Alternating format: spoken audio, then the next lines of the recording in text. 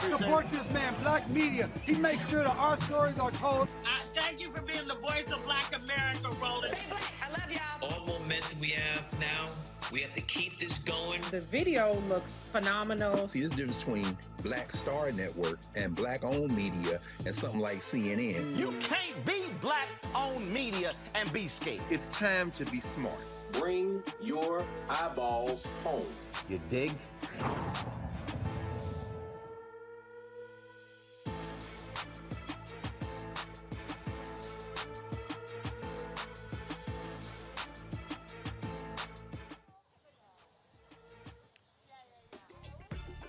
Today is Tuesday, March 1st, 2022. Roland Martin Unfiltered on the Black Star Network, coming live from the Town Theater here in New York City for the celebration of the 95th birthday of the great actor and activist Harry Belafonte. We'll be talking to many of the celebrities who will be coming through him to celebrate Mr. B. Also, today the State of the Union is taking place. President Joe Biden is preparing to address the nation. You've got a war in Ukraine between Russia and Ukraine. You've got economic issues here in the United States. And so we've got an all-star group of guests, including Melanie Campbell, the Black Women's Roundtable, Cliff Albright with Black Voters Matter, and so many others talking about their thoughts on what should be addressed tonight for the State of the Union. Folks, it is time to bring the funk. I'm Roland Martin Unfiltered from New York City. Let's go. He's got it. Whatever the miss, he's on it. Whatever it is, he's got the scoop, the fact, the find. And when it breaks, he's right on time and it's rolling. Best believe he's knowing. Putting it down from sports to news to politics. With entertainment just for kicks, he's rolling. It's on go, roll, y'all. It's Roland Martin, yeah. Rolling with Roland now. He's funk, he's fresh, he's real, the best, you know he's Roland Martin.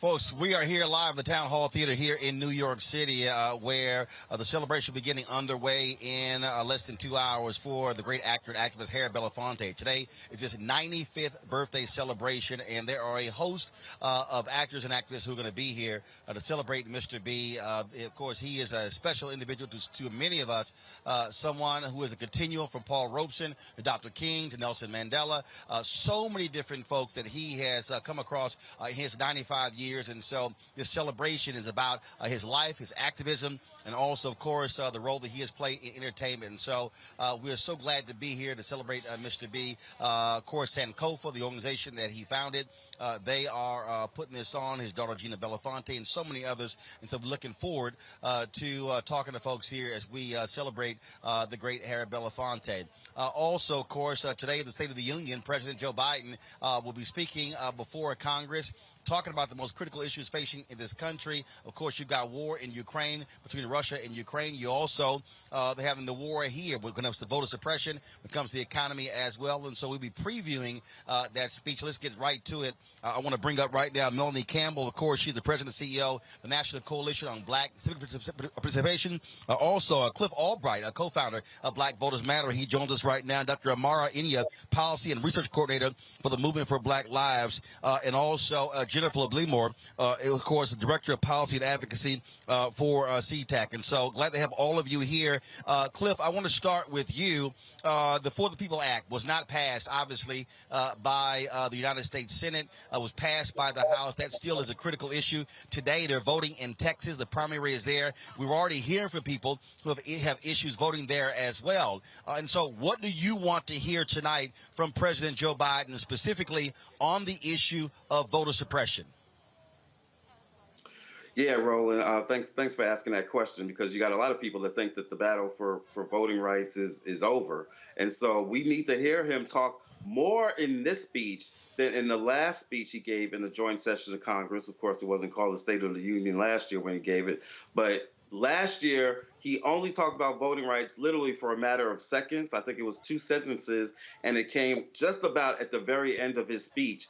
He set the tone last year in that speech for what would then happen the rest of the year, which was basically the administration, him in particular, not really paying attention to the issue, not giving any more speeches until July, and then after the July speech, not giving another speech until January when he finally came out talking about modifying the filibuster. And so he's going to have to give it more attention than what he gave. It needs to be upfront in the speech. If we think that this democracy is under attack, then you have got to talk quickly and comprehensively about that attack early on in the speech, or else there's no reason for anybody on the other side to take him seriously. Nor is there any reason for black voters who, like you said, who are out voting right now in states like Texas, where we're seeing 1/3 of the ballots that were being returned by mail that were being rejected, right? And so there's no reason for us to then take him seriously when he says that this is a priority. So we have got to hear him set a clear tone on this issue of voting rights, letting people know that it's not over, that we need to fight, making it clear what it is that he wants to see throughout the rest of this year. And more importantly, just being courageous enough to talk about race at a time in this country where we know that there's a whole movement to get people to ignore race, to burn books about race, to take it out of our schools. The extent to which he's willing to have a conversation and talk squarely about race in general, voting rights in particular, when he talks about it in the speech and how much he talks about it, that is going to send a clear message to us as voters as well as to the opposition on the other side. Melanie Campbell, I broke the news about an hour ago that Vice President Kamala Harris is going to be traveling to Selma on Sunday to walk across the Edmund Pettus Bridge, to give remarks there as well, and to meet with civil rights leaders. And so this still is a fundamental critical issue that this administration has to deal with, has to keep pressing, even though you have Senators Joe Manchin and Kristen Sinema, both Democrats, who refuse to end the filibuster. This still has to be front and center for this administration and also in the minds of Americans. Yes, and Roland, ditto to what my brother Cliff talked about. One of the things is also, I'm sure, because of what's happening with the war with Putin attacking democracy overseas, right? Is that when we know he's going to talk about that. You can't talk about that, what's going on, and not talk about what's going on right here in the United States of America. And so I think if he needs to connect those dots, democracy is under attack globally, and in particular, our democracy is under attack. And voting rights is critical and core to being able to address that and roll back the clock on the voting rights assault that is taking place in this country. We would not have a democracy, really, at the end of the day, if we don't get that done. I think it's really important that Vice President Harris is traveling to Selma for the 57th anniversary. But that's got to be critical. You can't talk about this from a global perspective and not talk about what's happening here. And that you will continue to fight for passage of the voting rights bills that were out here, the Freedom to Vote Act, the John Lewis Voting Rights Restoration Act. Very critical and core if they're serious about saying, because they said they want to fight, then keep fighting. Amara, on that particular point, Melody talked about this being, of course, a battle, a war when it comes to democracy in this country. That's exactly what we are seeing as we speak. And so when we talk about what's happening across this country with Republicans in Arizona, right now they're trying to actually stop, of course, no excuse absentee balloting, which they've had since 1991. They saw what happened. You've had the Texas Attorney General Ken Paxton say that by them stopping mail-in balloting, that's how they allowed Donald Trump to win in Texas. And so what the Republicans are doing is advancing this big lie. They want to still elect the election in November with midterm elections, and they're laying the groundwork for 2024.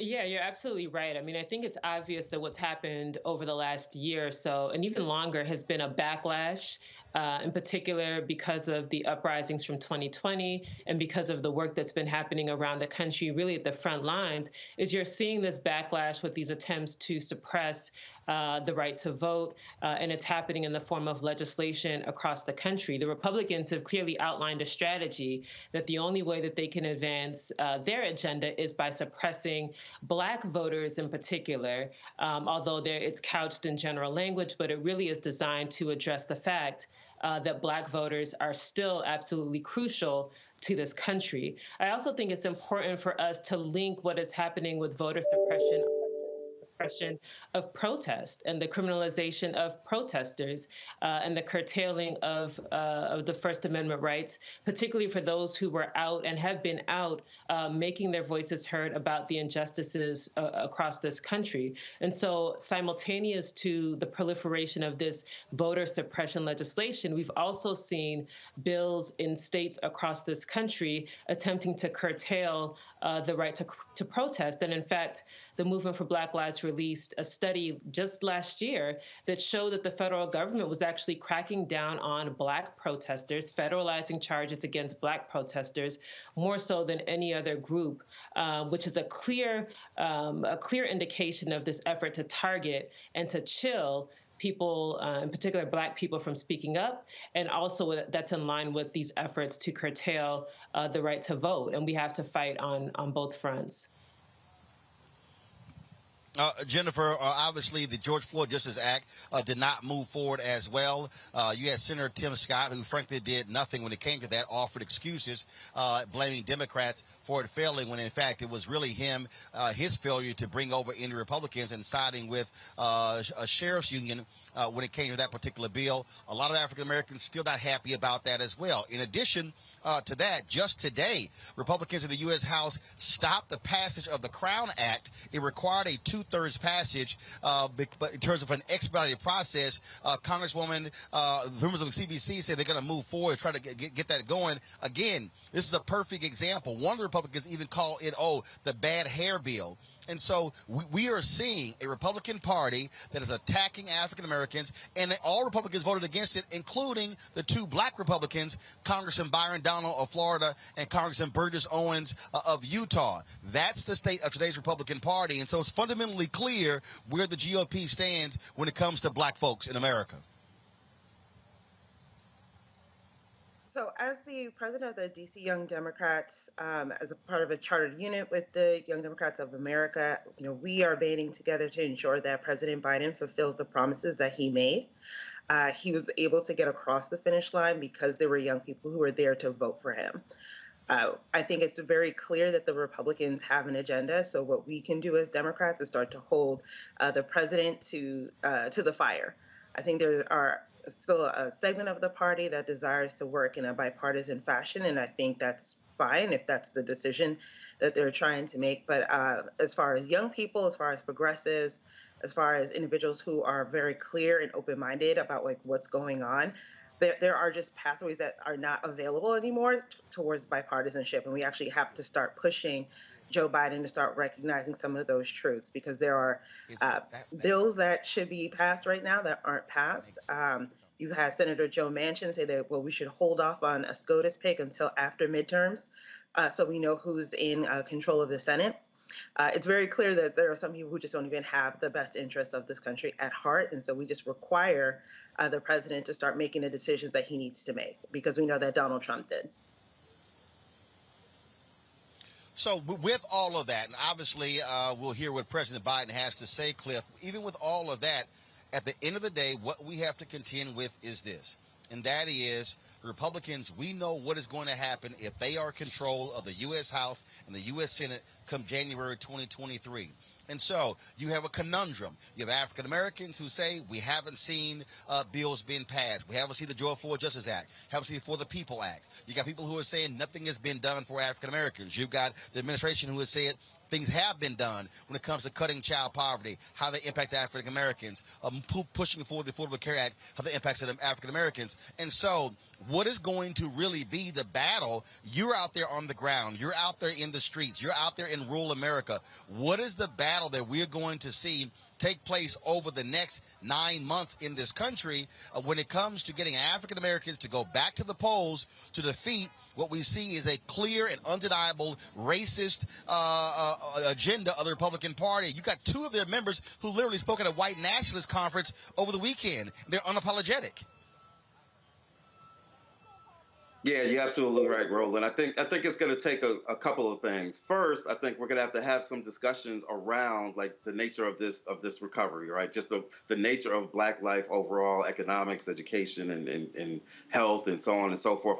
Last week I was on a press conference with our friends over at the Joint Center on Political and Economic Studies. They just did a great poll of the Black community, trying to see where we stand on different issues and the nature of the economy and President Biden's approval rating. What the poll showed is that I think it was like 61% of Black folks polled felt that that the state of their personal finances, not even the economy overall, but their personal finances were bad, even as they still show that they were giving that the Black voters that were polled were giving 70-something support to Joe Biden. You don't usually see that. And so we've got to have some real discussions around what is at stake in terms of policy, in terms of economic policy, in terms of health policy that's going to impact our community, and including all those other policies you just talked about. In terms of policing, we need to hear from the president tonight what he can do, forget Congress, but what he can do on the issue of policing in terms of executive action. So we got to have discussions around all these issues.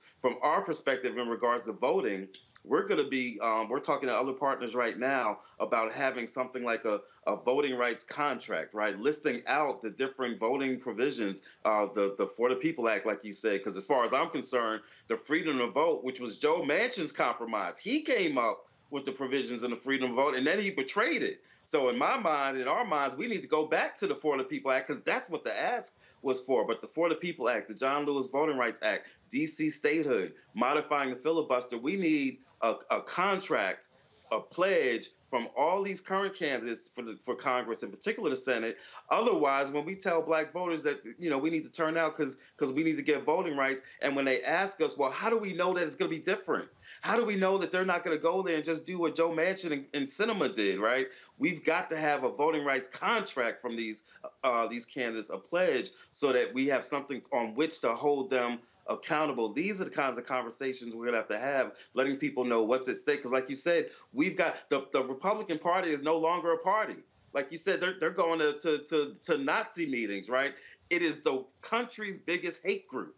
And we've got to make it clear to folk that that is what at stake. But it's not just about the hate. It's about the policies that come from that hate that put our lives at risk. Amar, what about that? Because when you think about the contract with America, the Republicans did a number of years ago when Newt Gingrich was Speaker of the House, that was highly effective, not only for those incumbents, but also for the folks who are running. And so what is the movement for Black Lives going to be doing? You've got U.S. Senate candidates. Obviously, you've got Democrats trying to protect their seats in Georgia, in Nevada, and New Hampshire and others. But then you have the possibility of picking up seats in Ohio, in Pennsylvania, in North Carolina, in Wisconsin, in Florida. And so what about that idea that Cliff just laid out? Is the movement for Black Lives coming up with, let's say, that contract and asking candidates to actually sign it, to actually commit to the agenda that y'all are putting forward? Absolutely. So we've had the organizations in our ecosystem have been at the front lines of this work prior to this new administration. And we made clear that it was really important for this administration to demonstrate, not just in rhetoric, but in actual policies that are passed that affect the material conditions of Black people. That is the way that you get Black folks to buy in and vote. What happened in the election was that everyone saw President Trump, and it was sort of the case to be made, anyone but that guy. And so that was the argument. But what it means now is that there have to be tangible policies that are impacting people's day-to-day lives. And we've been sharing this message and organizing around it in our communities throughout this country. But the very real things that people are going through have to be front and center. There was a lot of rhetoric around the economy improving toward the end of last year in Q4. Yet we know that even though unemployment decreased for other ethnic groups. We know that for Black folks, it went from 6.5% to 7%, right? So it's increasing. We know that the child care tax credit is actually slated to be rolled back to amounts prior to ARPA. So we've actually been in communities engaging folks to get what are those top priorities. There are some things that this administration can do that will affect the material conditions of people's lives. We haven't touched on student loan debt and canceling that debt. We know that for Black graduates, they are holding about $53,000 in student loan debt compared to $28,000 for white people and white families who often have the benefit of a tax code that favors them. This amounts to real circumstances that people are grappling with in their day-to-day lives. And we haven't even touched on the cost of gas. People are spending upwards of 11%, which is higher than it was in 2020 on gas costs. So the circumstances in Ukraine and in Russia will undoubtedly have an impact on what Black folks are currently dealing with as they budget from week to week, from month to month. So to get the buy-in, there has to be tangible change in the material conditions in the lives of Black people. We have heard this from all of the organizations in the Movement for Black Lives Network, and we have tried to convey this to the administration, to our elected representatives, so that they can get out in front of these issues and have more to offer than rhetoric come midterms. So, Jennifer, here's the issue, and that is, obviously, you can pass things in the House. Democrats have done that, but the stumbling block is the Senate. It's 50-50. So at the end of the day, you've got to get beyond that hurdle. And so if Sinema and Manchin don't move forward with it, nothing gets done. And so, and I have people say, well, what do we do? And I say, well, what we have to actually do is recognize what's going on in terms of those critical states where you can pick up anywhere from 3 to 5 U.S. Senate seats. Look who pops over my right shoulder, Danny Glover. I'm gonna get to him in 1 second. So Jennifer and Melanie, y'all want y'all to finish y'all point. Get rid of y'all. Come on. He just pops in. So Jennifer, go ahead. So you're 100% correct, right? And so one tool is to abolish the filibuster, because we know if we do that, then DC can become a state, and that will really change the dynamics of Congress. We know that's not currently going to happen. So what's the other thing that we can do? Well, we know that there are people who are in the Arizona and the West Virginia legislature who could defeat both Sinema and Joe Manchin. And we have to just start to believe that as a party. We can't just sort of sit down on these people and think that Joe Manchin is going to continue to be the manna from heaven that he's decided that he is. So we really, again, have to start to push the Democratic Party in a direction that starts to, challenge it to take risk and move away from the old conventions that we need these people to be here in order to get the things that we need. I think there's more opportunities for more individuals who are going to be running in these upcoming races that are going to be more progressive, who are going to be more determined, and are willing to, again, push the party in a direction that gets us closer to what it is that we're looking for. Melanie, I don't want to rush you. Danny wants to talk, real quick. You get the final word, but he's itching to talk. Go ahead. Hello, Mr. Glover. How you doing? Good to see you. Listen, bottom line, it's been said. I did everything. We got to be laser focused on 2022. You talked about those things. I'm just speaking nonpartisanly, just factual, right, Cliff? You a C4, I'm a C3, so I'm going to stay out of trouble. But the bottom line is that we got to be laser focused on those Senate races. Like the sister said, we got to shift power. And we're going upstream because we don't have the voting rights passed. And so I think all that's been said has to be done, holding people accountable, but shifting that power so that the person from West Virginia and Arizona won't matter. All right. Melody Campbell, Cliff Albright, Amara, Inya, Jennifer Limmer, I certainly appreciate it. Thank you so very much for joining us. Thank you. Thank you. All right, folks, as I said, we're here at the Town Hall Theater in New York City, celebrating the 95th birthday of the great actor and activist Harry Belafonte. Joining me right now is someone who is a great activist, actor and activist with his own right, Danny Glover. Always good to see you, my man. Good seeing you. Hold this up right there. So you're looking clean? You're looking clean? I'm trying to be. Huh? I'm trying to stand up and not have my knees buckled. Well, first and foremost, we were talking about President Joe Biden's State of the Union speech tonight, the preview. Of course, we are entering a political season. You are somewhat of a political animal. What do you want to hear out of the president tonight at his speech? Well, I think that we, there are the issues that we have to address in the world. You have issues within a framework. I think that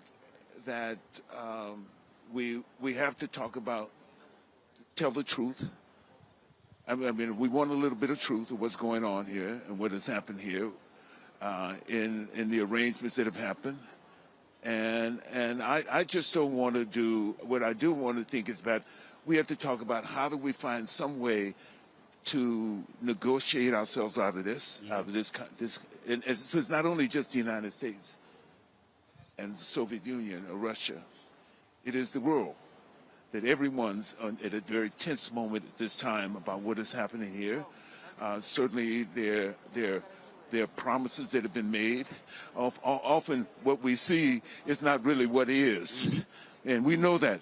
We know that in real politics. And I just want the truth. That's all.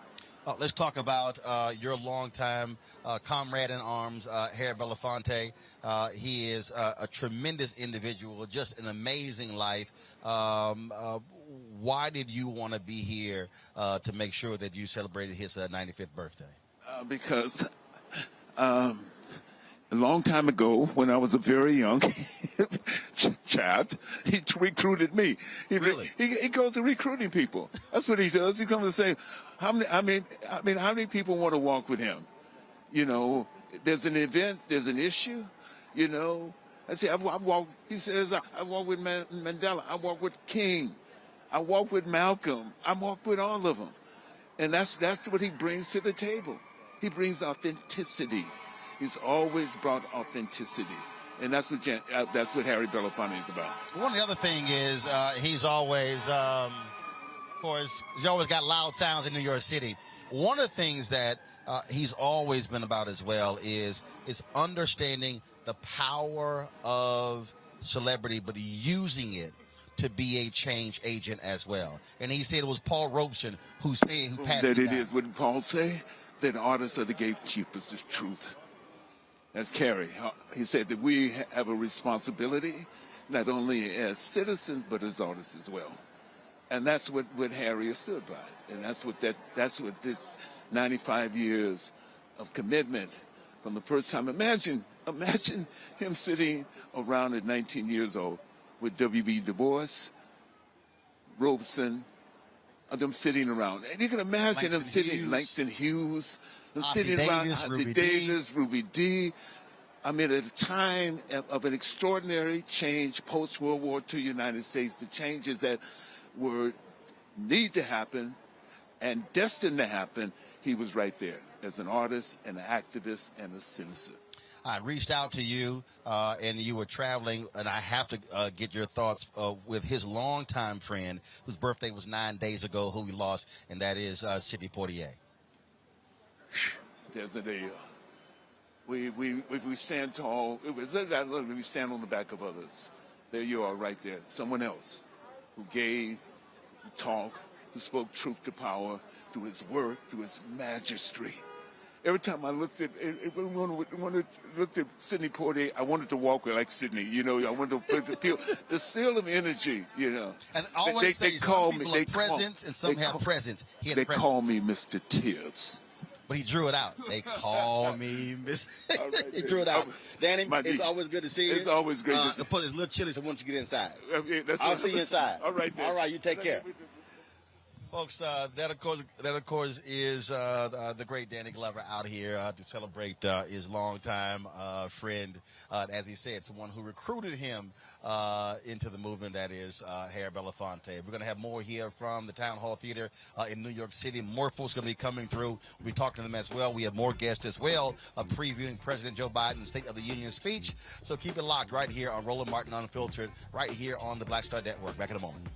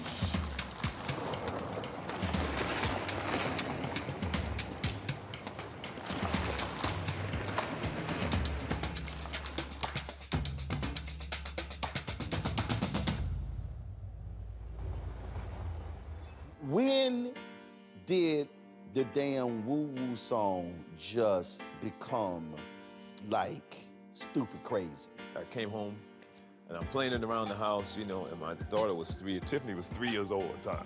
So I'll tell you how long ago. Yeah. And she kept walking by singing woo-woo, and she said, Dad, I love that woo-woo song. And I'm like, you can barely talk. That's not the woo-woo song. It's called You Should Be Mine. No, it's the woo-woo song. I called the songwriter and I said, my daughter said, this is the woo-woo song. And they said, well, maybe she's right. So they kind of named it the You Should Be Mine, but in parentheses, right. It's called the woo-woo song, right? Wow. So the record company went out in the street with microphones in the city and had people sing woo-woo-woo. And people were going crazy over just singing, can you woo-woo-woo? And that song just blew up. And from then, now people call me the woo-woo man. I'm like the woo-woo man, exactly.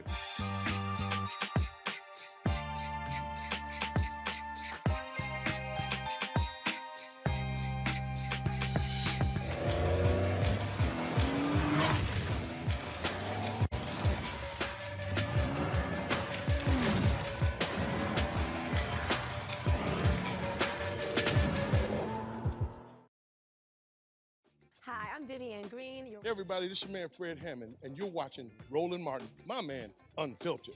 Go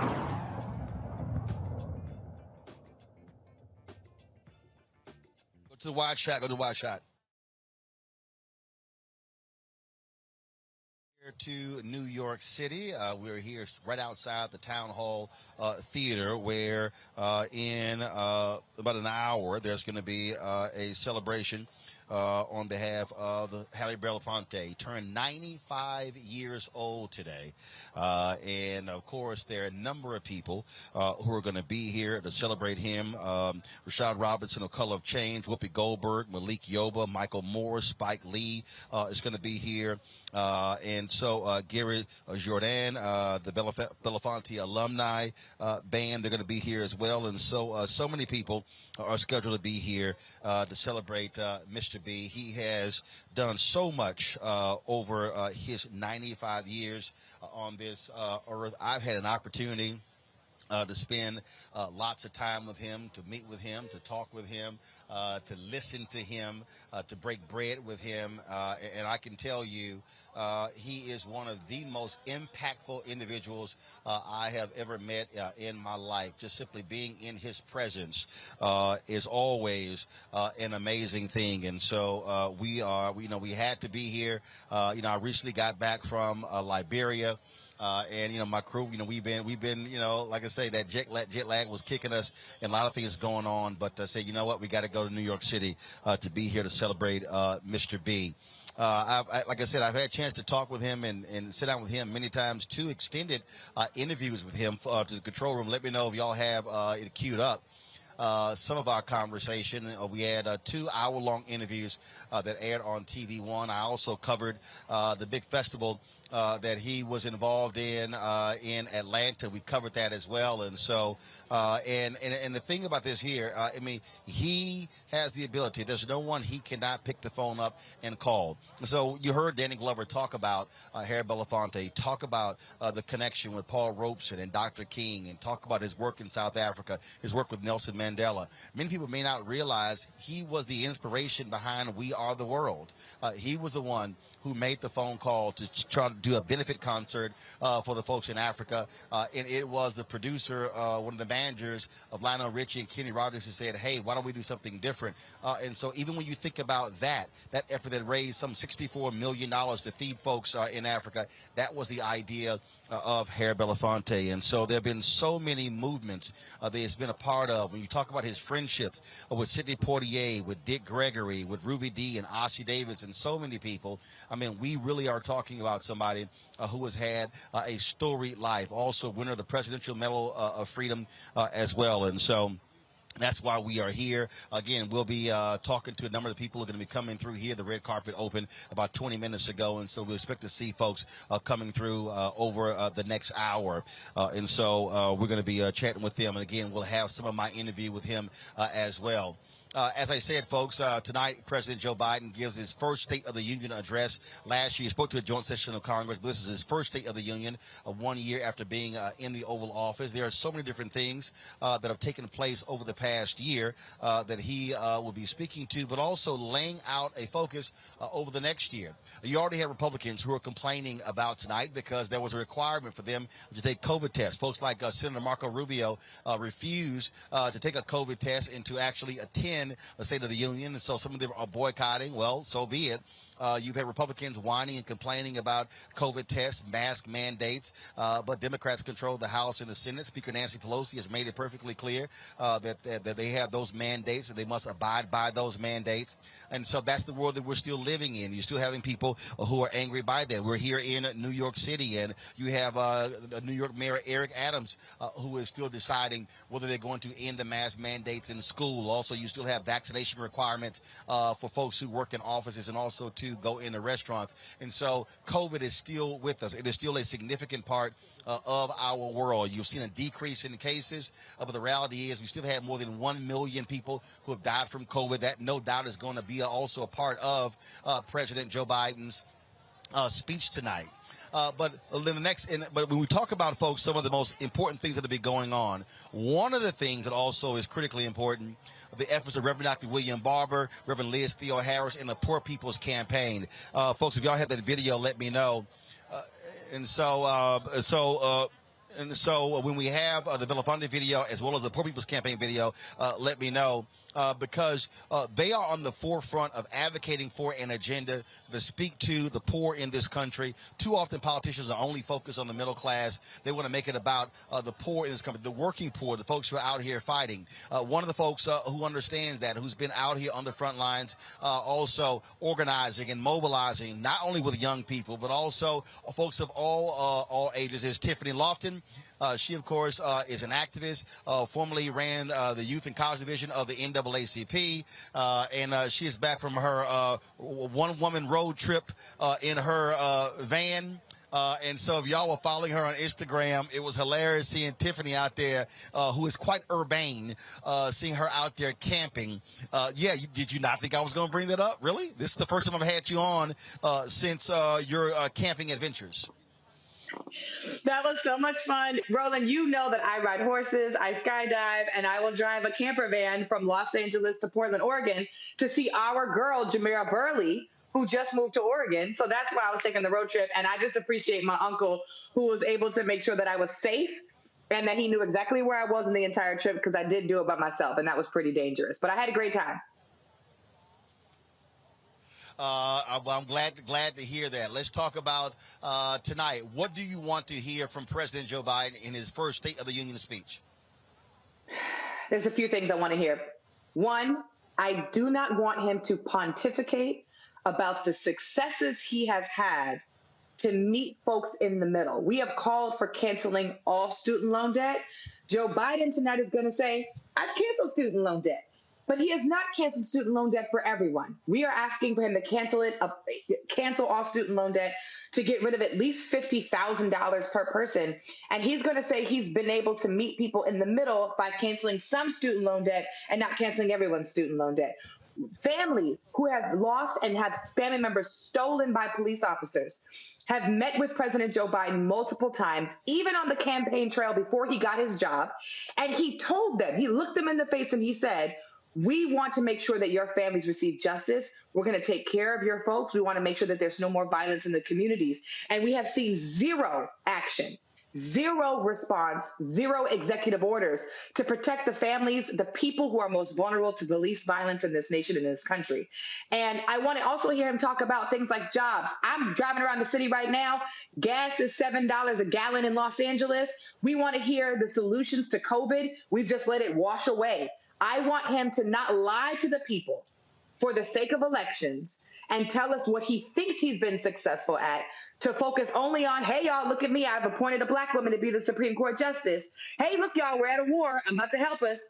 I want him to meet the demands of what people have been calling and demanding him to do since his campaign trail to his presidency. But the issue that he obviously has to also deal with is that he can make as many promises as he wants to. But he still has to deal with that's Reverend Dr. William Barber calling me. So to the control room, if y'all could call Reverend William Barber, let him know. I think he's calling in to come on. So if y'all could call him, let him know that I'm talking to Tiffany, and then I can talk to him on the air. And so the thing here, Tiffany, is that he can make promises all he wants to, but the reality is bills are passed by Congress. And so that is sort of where we are now. You got the House, sure, bills have been passed in the House, but they're being blocked in the Senate because it's 50-50. And so that is a conundrum. And again, the unwillingness of Sinema and Manchin to get rid of the filibuster, that is what is preventing so many things that we want from actually getting through.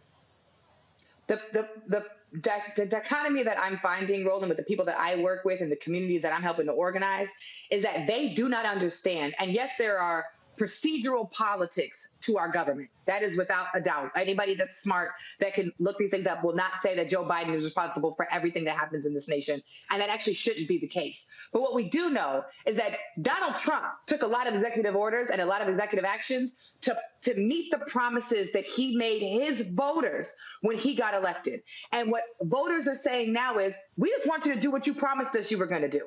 Yes, the John Lewis bill did not pass. Will give us voting rights. Yes, women's rights and reproductive choice is on a statewide level, but at least give us a basic protection so we can have our own agency and decide what we want to do with our own bodies. Yes, we are waiting for Congress to cancel student loan debt and make it more affordable. But Joe Biden can sign an executive order right now to cancel off student loan debt before his State of the Union address and make us all really happy. Yes, he can pardon people and end the war on drugs.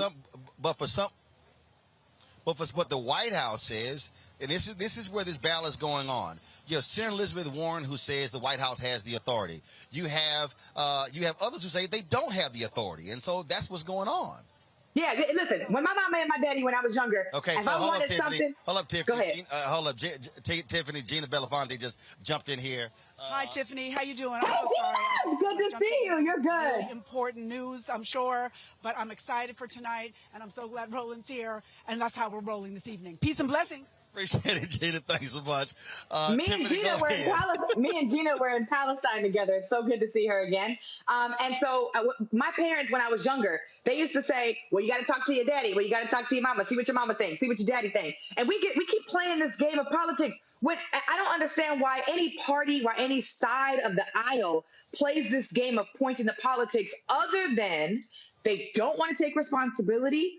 They don't want to make the decision because they're scared politically, or they literally don't have the political capital to make decisions that will benefit the community and instead need to provide for special interests. So yes, we have finger pointing going on. And I think it's clear for us to say, especially in a midterm election, where you have people like Attorney Lee Merritt, who's running for Attorney General right now in Texas. Election day is today. Early voting is today to make sure people go out and turn out in Texas. But what we are seeing is that he is going to impact midterm elections this year. And this is all going to impact him when he decides he wants to run again in 2024. We're not confused by who's in charge, who's making a decision. Elizabeth Warren and half of Congress, President Derek Johnson and Chuck Schumer, just wrote an opinion editorial about how Joe Biden can cancel student loan debt. He's just deflecting because he doesn't want to do it. And I'm going to be honest. I think Joe Biden doesn't want to cancel student loan debt because I don't think he believes it. So our job as advocates and as people and voters is to push him to do the right thing. Well, look, I absolutely agree with that. And so, look, we're going to wait to see what he says tonight, and then we're going to further analyze it tomorrow. Tiffany, always good to see you here on the show. You look fresh, Uncle. I like this. Represent. You look good. Represent. Well, you know how we do. You know how we do. I appreciate it. Thanks so much. All right, folks, so we want to quickly turn to my alpha brother, Reverend Dr. William Barber, of course, who is a co-convener of the Poor People's Campaign. Reverend Barber, glad to have you on the show. Notes are already coming out in terms of what President Biden is going to talk about tonight. We talk about what is the state of our union. What do you want to hear from this president tonight when he stands before the American people? Well, Roland, thank you. Glad you're back, man. Good to see you. Listen, first of all, I hope that on us, because people talk about we need to push the president, but you got to push him consistently.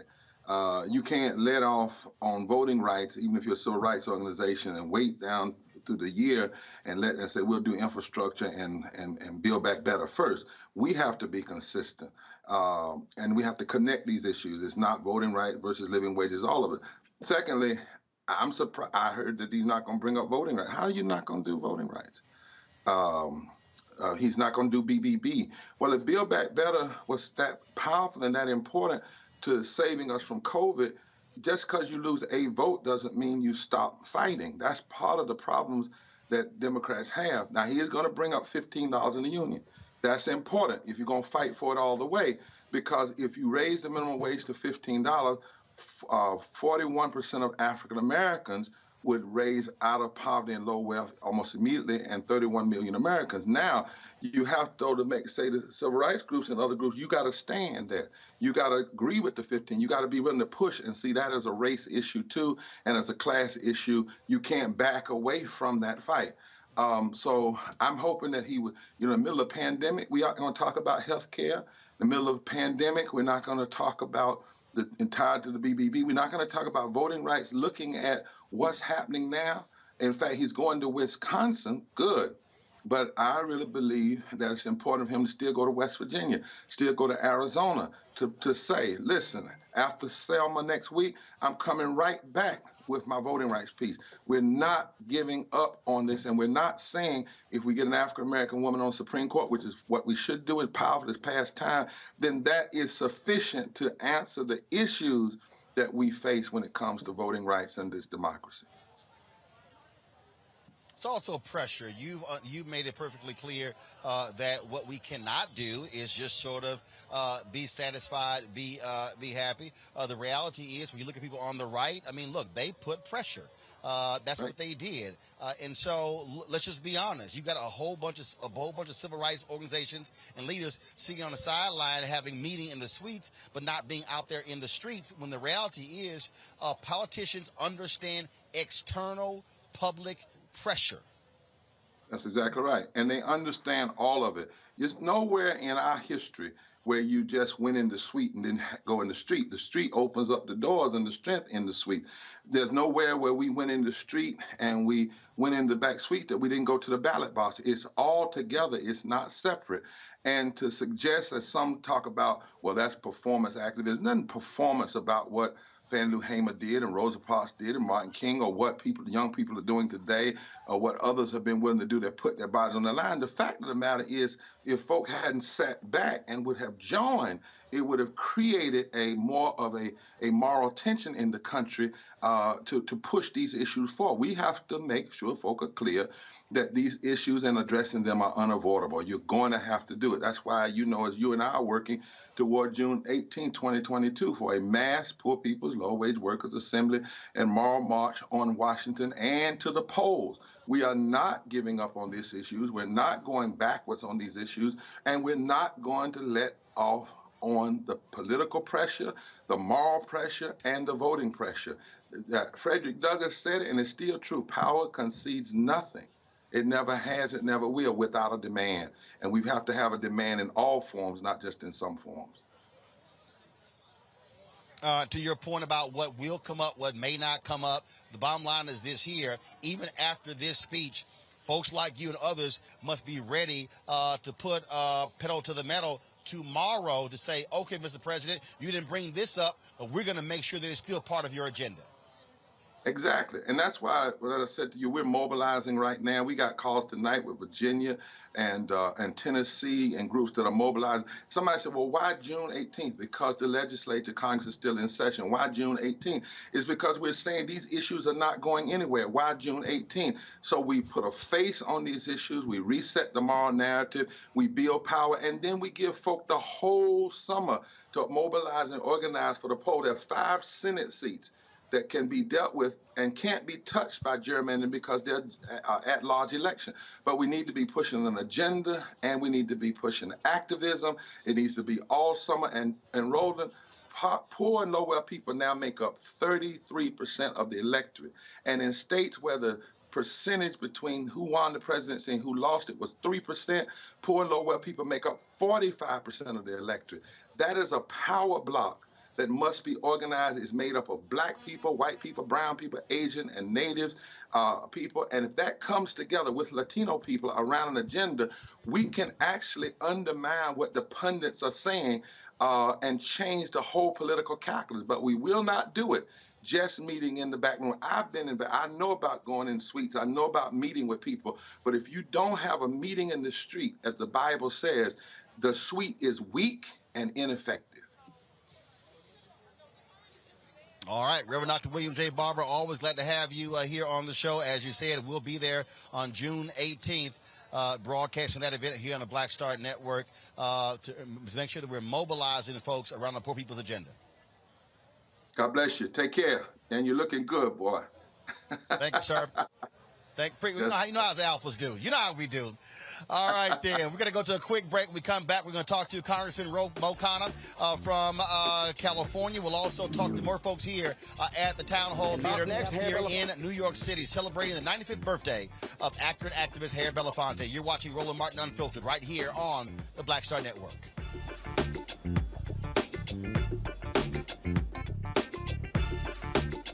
Right here on TV1. One of the things that we don't have a problem with, finding young voices and courageous young people to step in and give a phrase.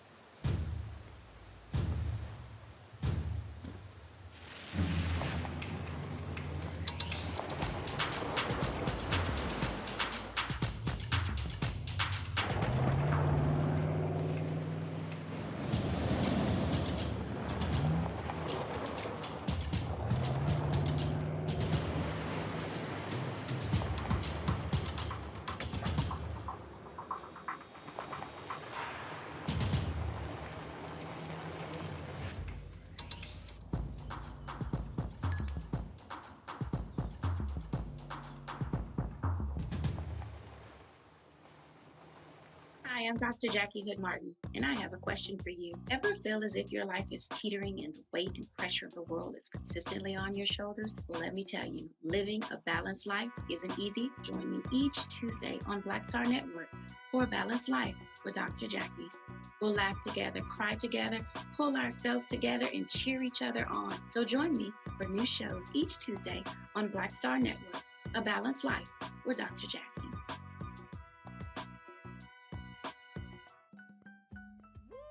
We're all impacted by the culture, whether we know it or not. From politics to music and entertainment, it's a huge part of our lives, and we're going to talk about it every day right here on The Culture with me, Faraji Muhammad, only on the Black Star Network.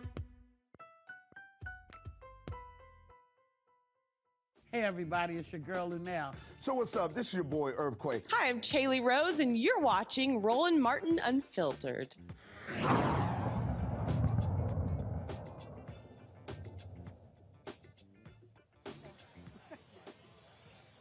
All right, folks, we're here at the Town Hall Theater right here in New York City for the 95th birthday celebration of the great Harry Belafonte. Joining me now, you know, she popped in a little bit early. They should have walked the red carpet. Is one of his daughters, Gina Belafonte. What's happening? What's up? What's up? Peace, y'all. So this is, of course, you got a lot of people who are coming out on this cold night. And just how important was it for you, Sankofa, to do this, to celebrate and to see folks want to celebrate your dad? Well, I'm overwhelmed by the support. It's been an amazing, amazing feeling to not only witness, but to be a part of this evening in celebration of his life and legacy. And also, not only is it his 95th birthday, but it's the 10th anniversary of Sankofa.org. And you were there from the beginning of that, too. And it has grown. I'm excited for people really understanding what it is that we do and championing us to continue to do the work. Well, folks don't realize is your dad does not know what retirement means. I talked to Susan Taylor a lot, and she said that he's always calling Kefra Burns, her husband, over. He always has notes. He always has things that he's working on. He's got book projects, documentary projects, and so 95 has not slowed him down. Not at all. You know, I had to run a show with him, and I told him who was coming, and I told him what I was saying. I left a few surprises for him because he will be watching this tonight, and I wanted to just just have my daughter come over. This is our granddaughter Maria, and she's here celebrating. She also works with us at sankofa.org. She runs our social media. She helps me get all the T's and the I's dotted and crossed. And she also is a budding and wonderful director in her own right, an actress. And I'm just really excited that we were able to have generations in the hall tonight. So he would not let y'all do this on your own? What do you mean? We did it on our own. Yeah, but you still had to run all that stuff by him. Well, you know, I'm grateful for that. I mean, what better mentor to have? I mean, he is got so much style. He's got so much grace. He's an amazing storyteller. And he's the best mentor to have, especially for a night like tonight. Absolutely. Well, look, you know how I feel about him. That's why I got his piece hanging in the studio. Always showing him mad respect. And he, of course, I don't even have that big ass kind of painting of my father in my house. It is huge. It's 36 by 48. Well, first of all, when they had the New York Justice League, when they had the fundraiser that I MC at the Apollo Theater, I should have bought it that night. I would have got it cheaper. But I had the commission from the same. Good cause. It was. But from the same artist as well. Last point for you, for the folks who are not going to be here, who are some of the people who are going to be out here celebrating your day? Oh, my goodness. Dougie Fresh, Mr. Wave, Danny Glover, Alfre Woodard, Brian Stevenson, Aloe Black, Sweet Honey in the Rock, Lenny Kravitz, John Legend, Alicia Keys. I mean, you know, we got to have a few folks showing up. All right, then. We're looking forward to it. Always glad to see you. Michael Moore, Amy Goodman. You got more. Alfre Woodard. Did I say Alfre Woodard? Danny Yes, you did. Yes, you did. Now it's time you get inside because it's a little chilly out here. Yeah, it's a little chilly, but I appreciate it. For the platform. Appreciate you. Not a problem. He's the best. He really is such a good guy. Appreciate it. Thanks a bunch. Folks, again, a lot of people here. I see, I'm looking over here. I just saw Lawrence Fishburne. If y'all could grab Lawrence, that'd be great. And then I'm looking, so if you can grab Lawrence for me, that would be absolutely fantastic. How you doing? We got Sweet Honey in the Rock back here as well. I'm going to be sitting here, and I know I got guests who are over here. We got the great Alfre Woodard here as well. Glad to see her. How you doing? I saw you from the street. I didn't know it was you. I said, that brother is down. Y'all need to understand, this is one of my text buddies. She is very much involved in politics. The State of the Union is tonight, so I got to ask you, because, you know, you love politics. What do you want to hear tonight from the president?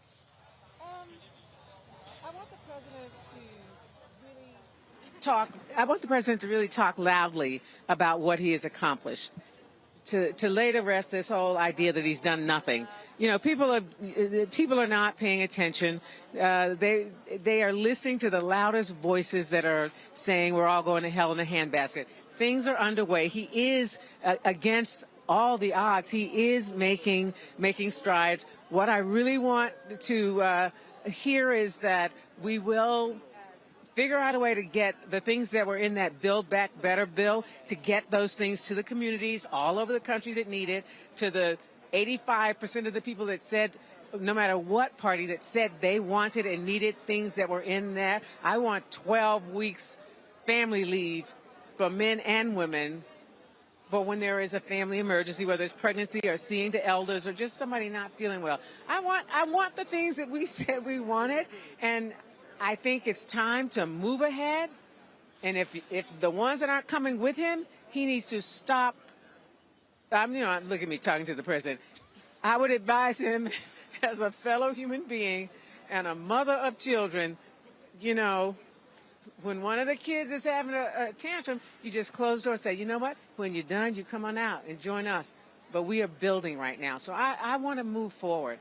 If people don't believe in whatever has become known as bipartisanship, that doesn't matter, because their people in all places around this country need those things. Yep. And everybody else is doing politics, and the people are wanting progress. Ticks. I'm going to talk real soon to Congressman Ro Khanna out of California, but I do want to get your thoughts. Harry Belafonte, 95 years of an amazing life.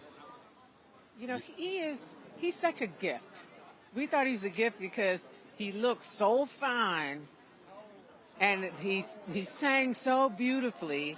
He made us feel light and happy. He made us feel romantic. He's made us feel deep when it touches your heart as an entertainer. But he has changed our lives as a man.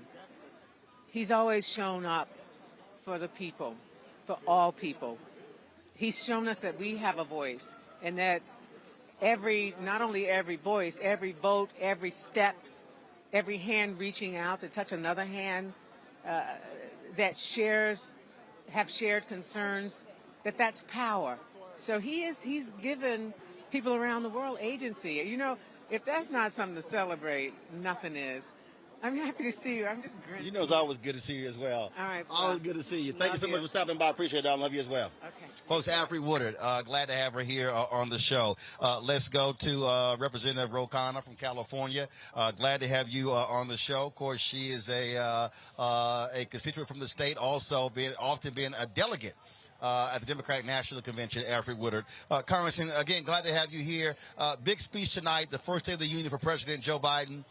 What do you want him to tell America and the world when he stands there before the cameras? Roland, he first needs to talk about all of his accomplishments. I mean, the American Rescue Plan that under his leadership we passed has created record number of jobs. Unemployment's at 3.9%. It's put more money in the pockets of working families. We passed a bipartisan infrastructure deal. We're on the heels of passing a major bill, the CHIPS Act, that's going to bring semiconductor manufacturing back into the United States. In fact, Intel in my district is pouring $20 billion into the state of Ohio, revitalizing New Albany. So the president needs to lay that out, and then he needs to talk about what we still need to do. At the top of that list, in my view, are voting rights and climate. He's got to talk about how we get basic voting rights through in this country. It's 2022. We shouldn't be debating this issue. And he needs to talk about how we get something on climate. One of the things that we are dealing with, and that is you still have a block in the United States Senate. Bottom line is he's tried, others have tried. You can't get past the obstinacy, if you will, of Senators Kyrsten Sinema and Joe Manchin. And so one of the things that the president has to do is rally his base because Democrats are trying to maintain the House. They're trying to maintain the Senate as well. Well, the president needs to, I think someone like Senator Sinema needs to be asked about the Civil Rights Act and the Voting Rights Act. Would she have, if she had a choice in the Civil Rights Act and the Voting Rights Act in 1964,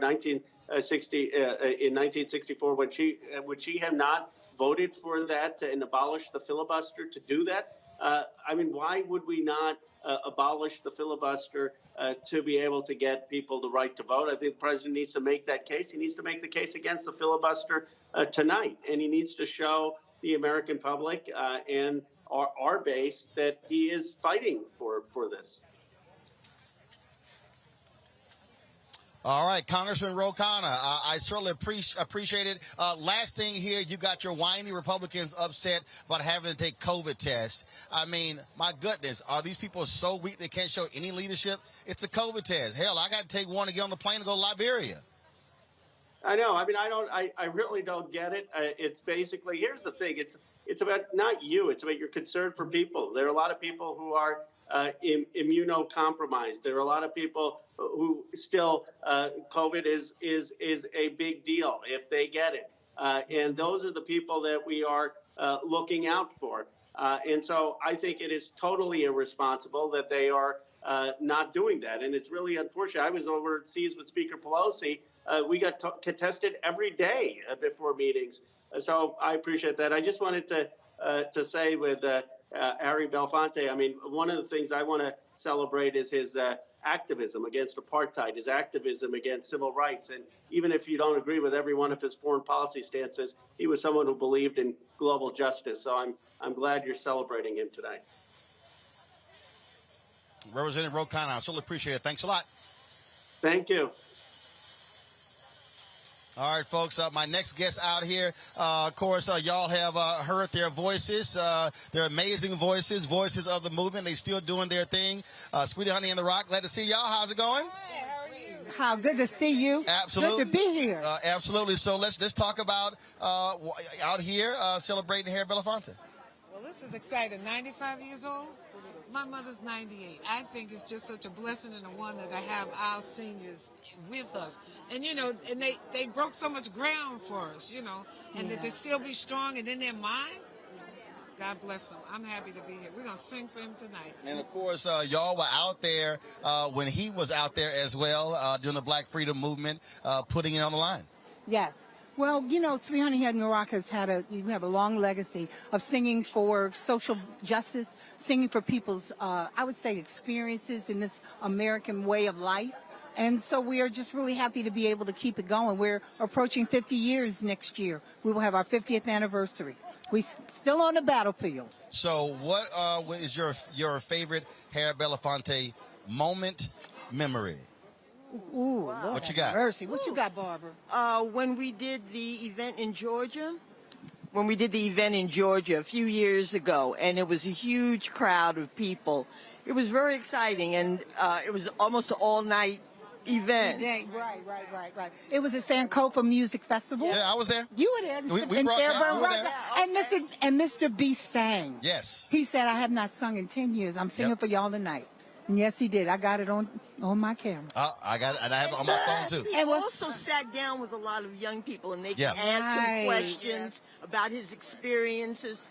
It was wonderful. Yeah, absolutely. Oh, let me tell you mine. Backstage at Alvin Ailey. And I walked up to Mr. B. I said, when Dolly go into a tournament, jump in there, eyes begin to burn. He said, how you know that song? I said, my parents used to play that when we were little, and the company would all be in the living room singing Harry Belafonte songs. I love Mr. B. We call him Harry Belafonte. Well, he has long been the man. That's right. Well, look, I'm looking forward to hearing y'all tonight. We still appreciate it. Great seeing y'all as well. God bless you. Good to see you. Absolutely. All right. Take care. All right, y'all take care. Bye-bye. Folks, we're going from Sweet Honey the Rock to my man Tef Poe. He's a rapper. He's an activist out of St. Louis. He joins us right now on Roland Martin Unfiltered. Tef, how you doing?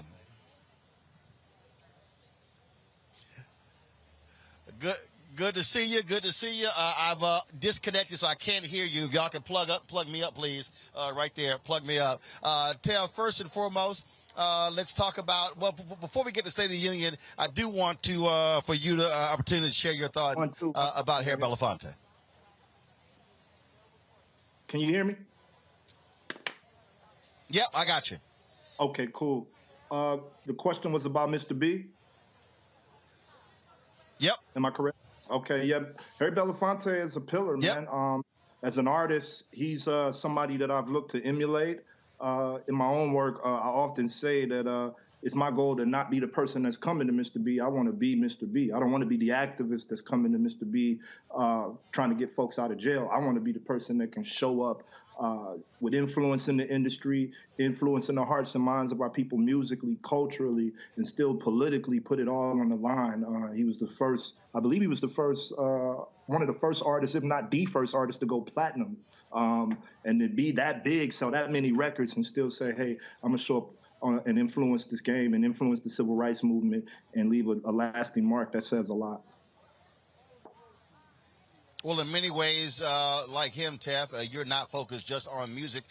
You are very much involved in what's happening in the streets there in St. Louis and other parts of the country. It's a huge speech tonight for President Joe Biden in State of the Union address. So what do you want him to tell St. Louis? What do you want him to tell the communities that you spend a lot of your time in? You know, finally, we just want some honesty. I think that this generation is done with the soft pandering of both parties. And you know me, so you know there's no chance that I'm here to be a cheerleader for the Democratic Party. But I'm also not here to inflate any fallacies about the Republican Party at the same time. So with that being said, we have to be honest. We're looking for the president to be honest about the United States' imperial conquest overseas. We want him to be honest about the reasons that we perceive a lot of his responses to rogue regimes like Russia, who are attacking white countries with pale skin and blue eyes and blonde hair, while his response looks one way to those countries but looks another way to black and brown countries. We're a generation of globalists in this time. We travel, we see things. We're the information age, and no information is hidden from us in this era. So we need the Democratic Party to understand that the importance of being real with us. The State of the Union is a heavy concept. It's a heavy thing to address right now with the pandemic. Folks that are poor all over the country trying to figure it out. The Democrats consistently move the needle with the job statistics and the economy.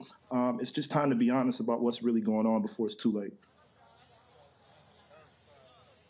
And when you talk about the issue with the economy, even though we look at the numbers, the economy is doing well, you still have a sentiment among a lot of people that it's not actually working for them. That's something that he also has to address, and that's one of the reasons why his polling numbers are around 40%. And so he has to say something to instill a level of confidence in citizens that it is going to get better for them. Indeed, Roland. And I think that we're at a special place in history right now because Joe Biden doesn't have to be the opposition of the masses of black folks that do plan on organizing for a better America in these next upcoming years, upcoming days, upcoming weeks. He's in the position where he can really do some things to sound the alarm off and showcase a different side of the coin. What about universal health care? What about student loans? What about eradicating those? What about actually moving the country into an adequate position in this new millennium? There has to be some rectification for this America's rogue militaristic practices right now, especially as we're on the dawn of a new world war. Black and brown bodies, black and brown young men are going to be the ones that are fighting that war if we do go there. All right, Tepo, always good to see you, man. Thank you for joining us, sharing your thoughts on what you want to hear tonight from President Joe Biden in his first State of the Union address. Thank you so much for having me, bro. All right, thanks a bunch. All right, folks, got to go to a break. We come back.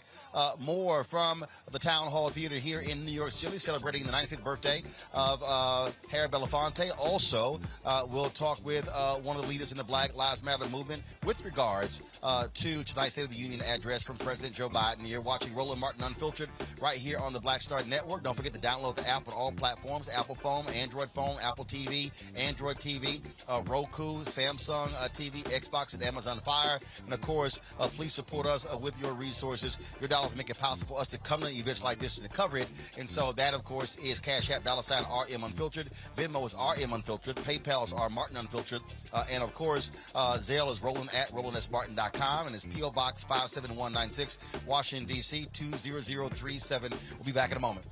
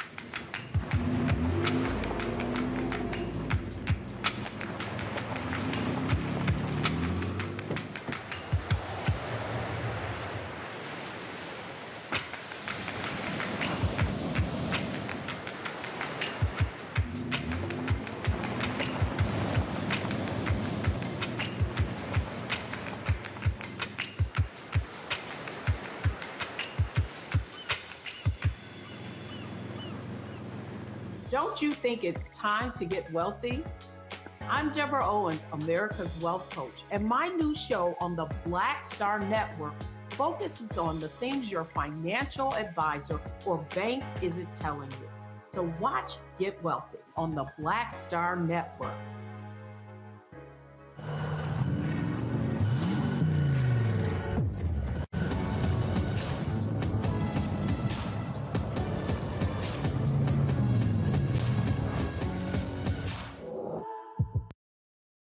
Black TV does matter, dang it.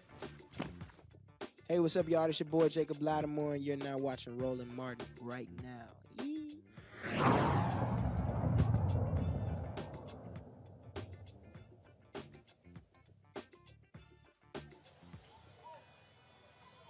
All right, folks, we're here in New York City for the 95th birthday celebration for the great actor and activist Harry Belafonte here at the Town Hall Theater. Folks are already arriving. Lawrence Fishburne has already arrived. Alfred Woodard, Dougie Fresh is going to be performing as well. Malik Yo was one of the folks who was here as well. Lots more folks are coming through. Michael Moore, Amy Goodman, Spike Lee, and so many others. When we talk about Harry Belafonte, it's not just about his singing or his acting. It's also about the activism that he has been involved in his entire life. And when we talk about the issues that he has been fighting for, he's marched with many, involved in many social justice movements as well. And, of course, so many folks have been impacted by the death a couple of years ago of George Floyd. Joining us right now is Selwyn Jones, who is one of the George Floyd's uncle. Family members are here as well. How you doing? How you doing, sir? We're doing fine tonight. Glad to see you out here, first and foremost. When you think about Harry Belafonte, not just someone who's a singer, but when you talk about police brutality, when you talk about the social issues, he's someone who has always been there, never want to be shy about standing out in front. They started this back in the 50s and 60s, man. You know, and these are the pioneers of advocacy. So these are one of the first people that we as black people looked up and says, hey, man, he's making a difference and a change. Especially back in the day that he started, you know? And so y'all are here as well. Why was it important for you to be here? A soulful heart wanted to just wish Mr. Belafonte a happy 95th birthday. When you get 95, everybody in the world need to come holler at you. You know what I'm saying? That's true. That's true. You know, we come and give a shout out. This is our executive director, Ms. Liz, and she wants to say hello. Mm-hmm. Hello. Microphone. Got microphone. I just put her on the spot. You're not talking to the microphone. I just put her on the spot. Mr. Belafonte, to me, showed class, and because of the class that he's shown, he taught me how proud to be a black person. He chose parts that he played that uplifted us even back in the 60s and 70s. And we didn't have a lot of movies that we could watch that had such a positive impact on us. All right, then. Well, first of all, tell folks what Soulful Heart is and what it entails. Hello, everyone. Happy birthday, Harry. Soulful Heart, memorializing George Floyd, is a nonprofit organization that was founded by Stephen Davis, myself, Love McCall, and, of course, Selwyn Jones, the uncle of George Floyd. And our mission is to uplift our youth, bring the communities together, stop the violence, bring peace, and bring infrastructure to the world. All right. Well, we surely appreciate it. Hope y'all enjoyed tonight's program, and glad to see you, and thanks so much. All right. Take care. I appreciate it. Thank you so very much. All right, again, folks, we're here in New York City celebrating the birthday of Harry Belafonte. I see Whoopi Goldberg over there. Of course, my fellow November Scorpio. She's November 13th. I'm November 14th. Hopefully, we can get her over here. And so if they can, again, yes, escort her over, that would be absolutely great. And so she's recording something right now. And if we could just get her real quick. Let's see. Anthony, watch out. So if we can get Whoopi over here. All right. All right, she's taking a picture. I think she's answered a couple of questions. And so just have my guest hold for 1 second, please. I definitely want to make sure we quickly get her, because she's going to be running inside. And so that's why I don't want to go to the guest just yet. And so tell Ms. Price to hold on 1 second so we can grab Whoopi real quick. When she finishes there. So I just want to get her for a moment. Of course, co-host of The View, Oscar winner, Tony winner. I mean, she's won it all. And, of course, is a great comedian as well. And so glad to see her out here celebrating and feting Mr. Belafonte. And if we can get her real quick. If we can get her real quick, real quick, let's see, India. If y'all can, here we go. Hey, Queen, come on, come on now. Come on, you looking great as well. Come on now. got my summer dress because I can't fit in anything else. Come on, come on. My fellow Scorpio, how you doing? I'm good. Mr. B, 95 years. So he says. He says he's 95. I don't know. Because he act more like he's 65. Well, he's 22 as far as I'm concerned, you know. Why was it important for you to come out here to show your love for him? Because he would have killed me if I didn't. You know, I love Harry. He knows I don't like to be out in public a lot. And so, you know, 95 is a big deal. You know, a lot of people don't make it.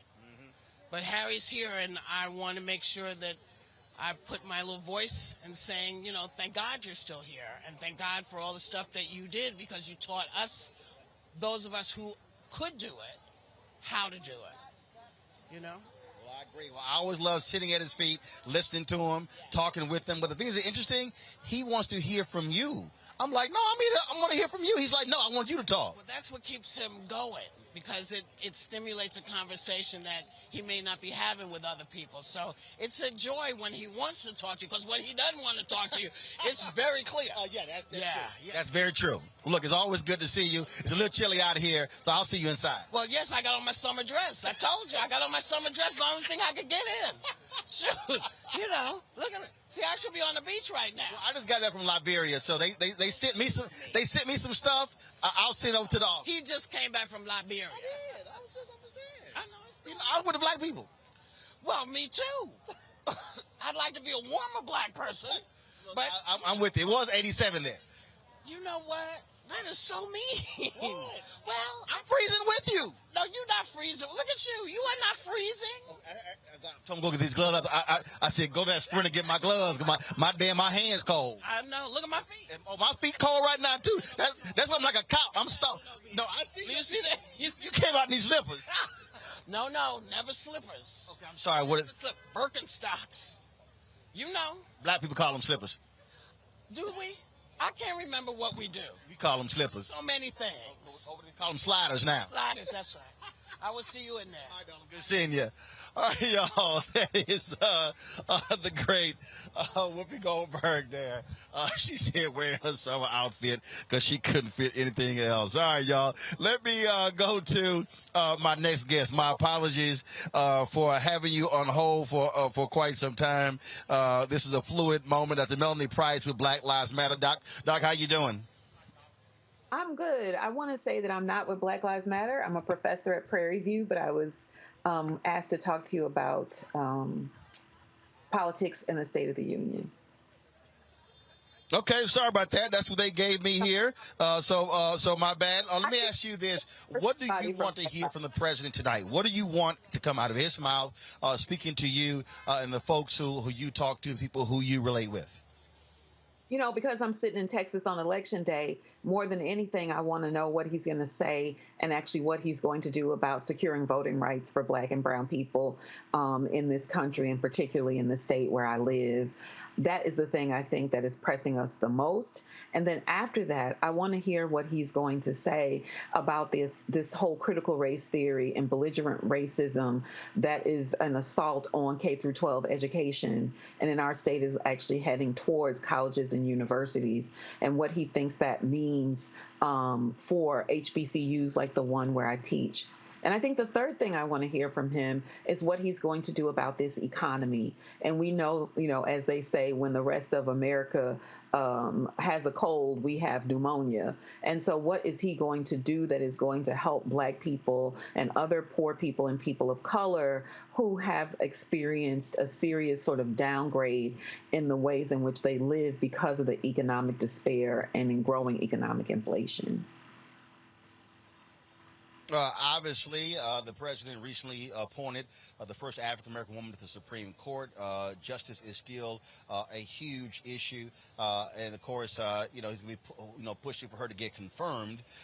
It's very interesting when you hear – I would love to get your response. When you hear people say, well, that's not important.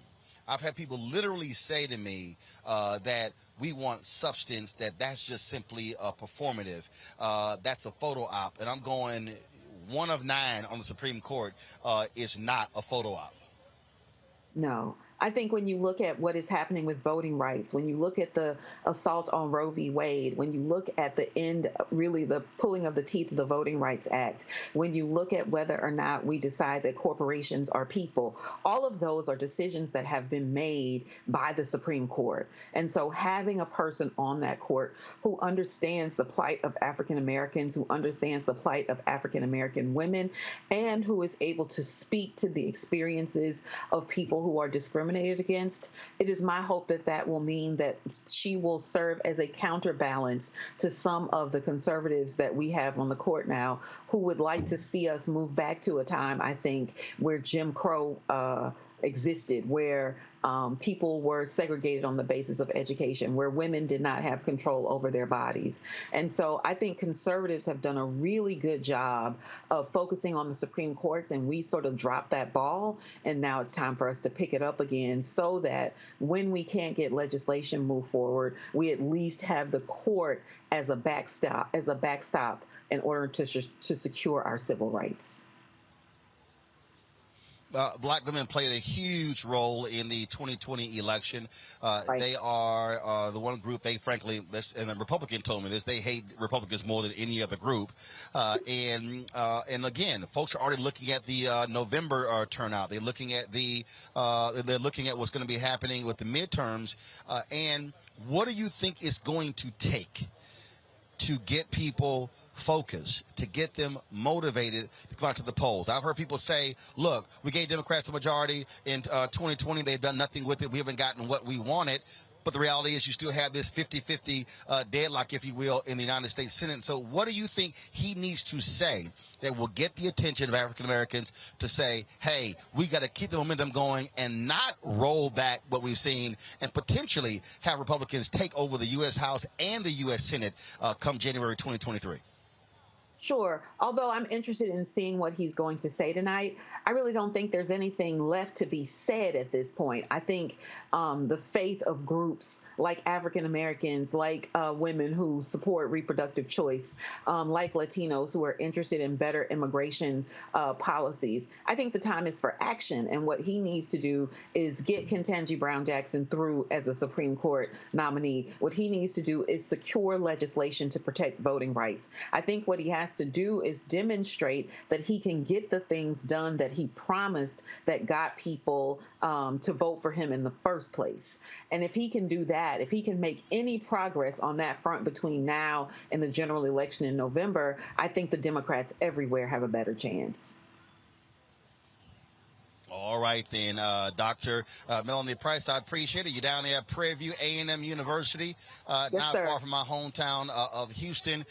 Y'all know about voting issues. Waller County has not been kind to black students there as well. So when you talk about voter suppression, Prairie View A&M University has been ground zero for a lot of battles dealing with white folks there in Texas over using the power of their vote.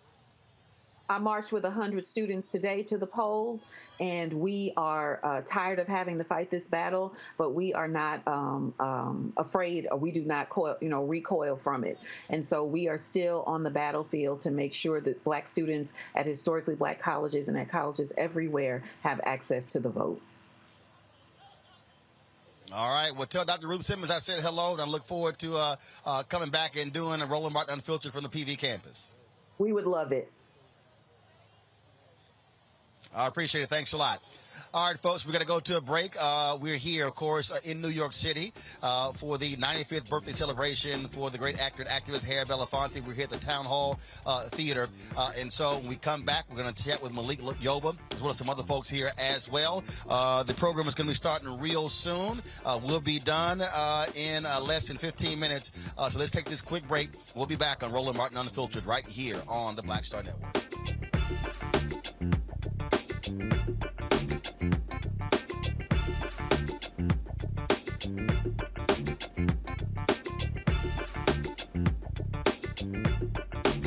Black Star Network is here.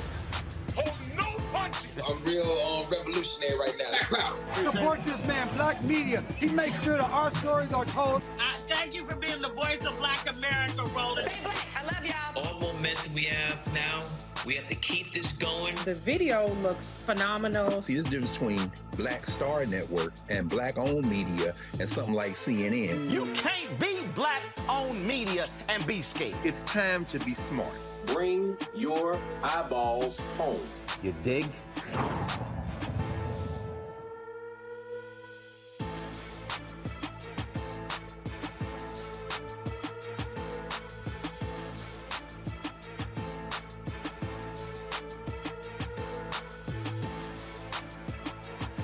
Hi, this is Cheryl Lee Ralph. Hello, everyone. It's Kiara Sheard. Hey, I'm Taj.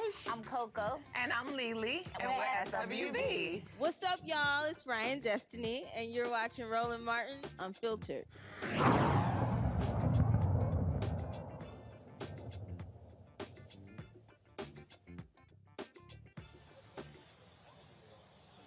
All right, folks, we're here live in New York City celebrating the 95th birthday of Harry Belafonte. Joining us right now is Malik Yoba. What is this? What is this costume that you are wearing? Look. I want to know. Everybody ain't able. No, you look good. Everybody ain't able. You are looking good, my brother. You are looking. Come on now. Good to see you, man. You know, I own 8 of these. I ain't feel like wearing No, I like it. Plus, it is a little warm too. You got the gloves. Well, no, right. Because staying out here in one For a spot long for 2 time. hours. And these aren't those key lights that'll keep you warm. No. See, those are the old lights. Yeah. Right. See, this is where you want those old hot lights. Right. These LED cool lights don't work when it's freezing. So, Doc, let's talk about tonight. First time you met Harry Belafonte. I was just telling the story. I had a dream about him. Really? And I'd seen a movie. I think the film was called Odds Against Tomorrow.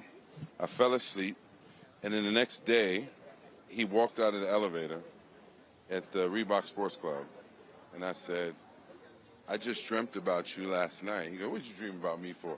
He told me the story about he had his first deal at a studio, gave me a bunch of his achievements and kind of schooled me there, and then we just stayed connected. And Gina and I have been friends a long time, so we've had the opportunity to have very special lunches and conversations that mean a lot. A lot of people, again, they focus on the activism, but they forget he was a very prominent actor. Right. He was very much. He was the first artist to sell 1 million records, black artist. Yeah. Yeah. I mean, he was the first dude to have his own deal, a variety show on television. So, and he also understood ownership, because one of the things that he said is he did not want to get caught financially like Paul Robeson was. Right. He said he wanted to make sure that he was that was taken care of. Right. So talk about not only just that, but being able to sit with him and listen to him, because every time you're sort of like when I interviewed Barbara Jordan when Thurgood Marshall died. And she said it was always amazing just to sit at his feet and just to listen to him. Yeah. That's sort of how I look at Mr. B as well. 1,000%. I mean, yeah. I mean, I've recorded those lunches. You know what I mean? It's been that important to me that I want to make sure that I have this memory. And I wish we could have done them weekly. I haven't seen them in a couple of years. What's happening? No, it's. I mean, man. I mean, when you see our elders when they were in black and white. And then literally in black and white, right? That's how we first saw them. And then you get to see them in color. It really feels like living history and an honor, bro. And it makes you feel that you have your responsibility to do your part to keep that going. And so that's what we're doing every day, all day. All right. Well, look, we're looking forward to tonight. It's going to be great. And Gina said he will be watching. And so I'm quite sure he'll be critiquing. Yes. All right. Good to see you, bro. Always, man. All right, then. Boom. All right, baby, y'all. Malik Yoba here in New York, celebrating, of course, Harry Belafonte. In a moment, we're going to be chatting with my alpha brother, Dr. Cornel West. He just showed up as well, so we'll be chatting with him as well. So let's do this here. Let me look over here. And he's moving real fast down the line. I was going to toss to a video, but I want to go ahead and grab him. Rashad Robinson is here. Rashad, he without his hat on? Shocking. So we'll chat with him in a second as well. So let's do this here. I want y'all to roll some of the interview with Harry Belafonte. And if we got to dip out of it, we'll do that. So go ahead and hear some of my interview, one of my couple of sit-downs that I've had with Mr. B. I read your book, and read your book, My Song, A Memoir. And what was really interesting is when you talked about why you needed to do this book, why you needed to do the HBO documentary. Because with Marlon Brando, your longtime friend, passing away, all of that history died with him. Yes, there's a whole culture in America that's deeply committed to the politics of progress. And a lot of people play a role in that culture, but they play it quietly. And a lot of them have celebrity status. And Marlon and I grew up together. I met him when I was 19. We were in school together.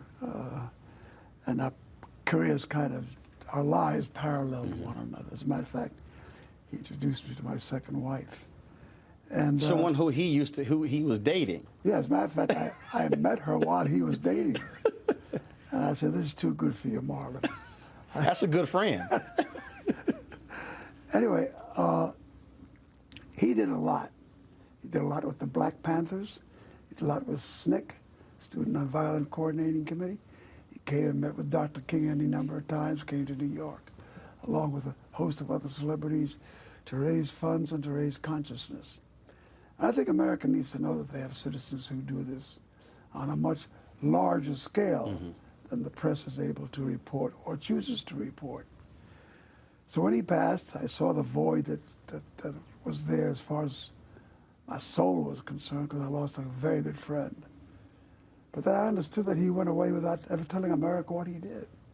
And America needed to know that there are a lot of citizens that make a difference.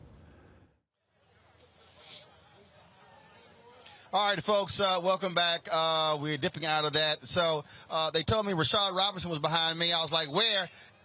He ain't have his hat on. I'm trying. I don't even think I couldn't compete. I couldn't compete. Yeah, but you didn't go to sleep. You go to sleep with your hat on. So I was like, he ain't got a hat on. Somewhere in between my house and here, the hat disappeared. And we'll find it at some point. But I couldn't compete with this up here. Well, you know, I couldn't compete with the whole thing, brother. Look, it's Mr. B. I mean, come on. It's Mr. B. If you gonna do it, do it. Yes, exactly. I mean, and you have done it. Once again, you have done it. You have outshined us all. I'm just here chilling. No. Let's talk about 95 years of Harry Belafonte. I mean, it is hard to put in words what legacy he has left us. What a roadmap to service. And I think about not just sort of all the things that are deeply visible about him, but all the kind of stories we've heard about the infrastructure he built, the things that he laid down, the organizations he helped to sustain, the ways in which he put his own career in jeopardy, and stalled opportunities in order to make a better way for all of us. We truly are on his shoulders in so many ways, and I couldn't think of a better way to celebrate him than to also celebrate another piece of infrastructure that he helped to create, and the legacy that his daughter Gina and so many others are trying to carry on with, really pushing artists to raise their voices, to engage more, and to be part of this movement. All right, then. Well, man, always good to see you. Always it's good. a little chilly out here. I know. So we're going to get inside. Exactly. But appreciate you. Looking forward to the program tonight. All right. Appreciate you. Rashad, All right. Thank you very Thanks much. a bunch. All right, folks, right here. And looks like I see a couple of raindrops coming down. So, yeah, we about to do it real quick here. We're about to have our final guest, I believe. That is, I need y'all to get the umbrellas out of the car, please. Right now, of course, he is a great alpha man. He is a bad brother. 6 in the house. You know how we do. My brother, my alpha brother, Dr. Cornel West. How you doing? Meet my wife. Where'd she go? Meet my wife. Come meet Brother Roland. You know this is the one I know. It's good to meet you. Good to meet yes, you. brother. You looking so sharp, man. Just here. You know, we're just here. We're just here. Lord have mercy. Y'all know who he is. Long distance runner, and he's still looking young as ever. Got that spirit of Harry Belafonte, Paul Robeson, Martin King, Fannie Lou Hamer, and Ella Baker all up in it. Well, we do what we do. And he ain't got to Aretha yet. Well, see, that's that line. But see, the other line, that line of Frederick Douglass, Ida B. Wells, Barnett, Robert Abbott, Chuck Stone, A.I. Scott, John true. Johnson, Lerone Bennett, Simeon Booker. Those are the great intellectuals in the world of journalism who were truth-telling and justice seeking. Isn't that the truth? Glenn Ford, we just lost. Martin Delaney. God, that's what Du Bois is in there as editor of the Crisis. Herb Boyd. Yep, absolutely. Amsterdam. Absolutely. Ethel Payne, right. Alice Dunnigan. Oh, Lord, listen. You're right about that, brother. But no, I salute you. Let's talk about Mr. B. Just share your thoughts about 95 years. 95 years, young. The first time he appeared in public was with the Charlie Parker Band with Max Roach on the drums and Miles Davis, a young brother, playing the horn. That's how far back our dear brother Harry Belafonte goes, man.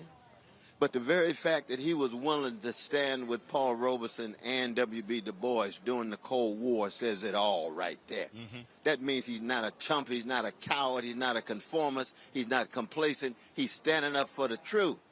And that's what we love about him. We don't have enough folk, we don't have enough black folk, black artists, stand up for the people, stand up for the truth. That's what we need. That's why we love you, brother. Also, that continuum. You talk about Paul Robeson. You talk about Dr. King. Yes. You talk about the fight against apartheid. That's right. Standing with Miriam Makeba, standing with Nina Simone. Absolutely. But also Nelson Mandela. That's right. I mean, you talk about, look, I keep reminding people, We Are the World originated with Harry Belafonte. Wow, that's true. That's true. And that's with Quincy, though, right? Yeah. Yeah, that was with Quincy Jones. It was Harry called the manager of Lionel Richie and Kenny Rogers and said, let's do a benefit concert. They said, hey, how about we do this song? We Are the World. Everybody credits right Michael Jackson and Lionel Richie for writing the song, but the idea originated with Harry Belafonte. See, this is why we love this brother. He's always unveiling things we know not of, and we end up, isn't that right, my brother? Isn't that right, my brother? We end up educated. We end up educated. I know I should let you run, though. My he's also an Alpha. Is it Alpha too? Oh, 6'2". See, y'all see how it is? That's how we do it. I think my wife getting cold. Yeah, okay. You have to go inside. Love y'all. Love this brother. We're going to celebrate. Mr. B.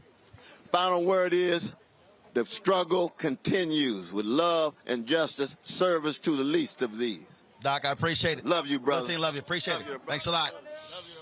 Folks, that is the great Dr. Cordell West, folks. It is going to be a great night. Like I said, there are so many people who are out here who are still coming through here, and so some folks still arriving. I see Reverend Sharpton. He just arrived. I was about to cut this off. So I hold it to get a quick word with him about Harry Belafonte. So let's do this here. Let's go back to our video of Harry Belafonte, and then when Sharpton gets over here, then we will then dip out of that and hear from him. The history and could comment on it. And as I started on that path, I ran into a lot of other people that had parallel histories to Marlon, and I thought they should be in this story that I was attempting to tell. And as a consequence, we came up with Sing Your Song. When I got through making the film, I realized that we had about close to 800 hours of interview footage. And we only had an hour and 40 minutes in which to tell the story. So the idea of a book to become more subtextual, to talk more deeply about the context of the history of the period was required. So then I went off and started to do the book at a parallel time that we were editing, as we were editing the film, and both came out at the same time. I've always been fascinated with history, but specifically African American history. When Gordon Parks died, when I read these obits, and you're sitting here saying, man, he did all of this. And I began to get DVDs and begin to get books to really understand who he was. And in many ways, that's how I felt reading this book. I mean, I'm sitting there going, man, I've known a lot of stuff, you know, about Harry Belafonte. But wow, this is amazing. And what really stood out was that you literally were at the intersection of so much history. Paul Robeson, W.B. Du Bois going to dinner, Dr. King going through SNCC and all of those folks. And so when you think back on that, do you even tell yourself, man, those were amazing times? I really didn't get into the fact, oh, well, I knew there were amazing times as I was living out the history. You can't have over 250,000 people show up on the Mall of Washington, D.C. and don't know that something's going on. Right, right. So things like that, which were outstanding, obviously stood out. And I was aware of the fact that I was with men like Dr. King and John Kennedy and Nelson Mandela and women like Eleanor Roosevelt and Rosa Parks, who had their hands on the pulse of our time.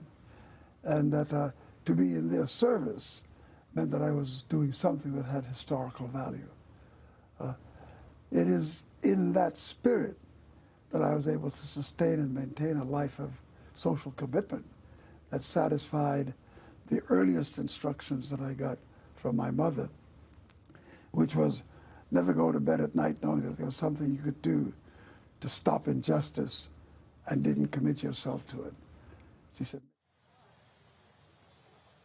all right, folks, welcome back to the 95th birthday celebration of Harry Belafonte.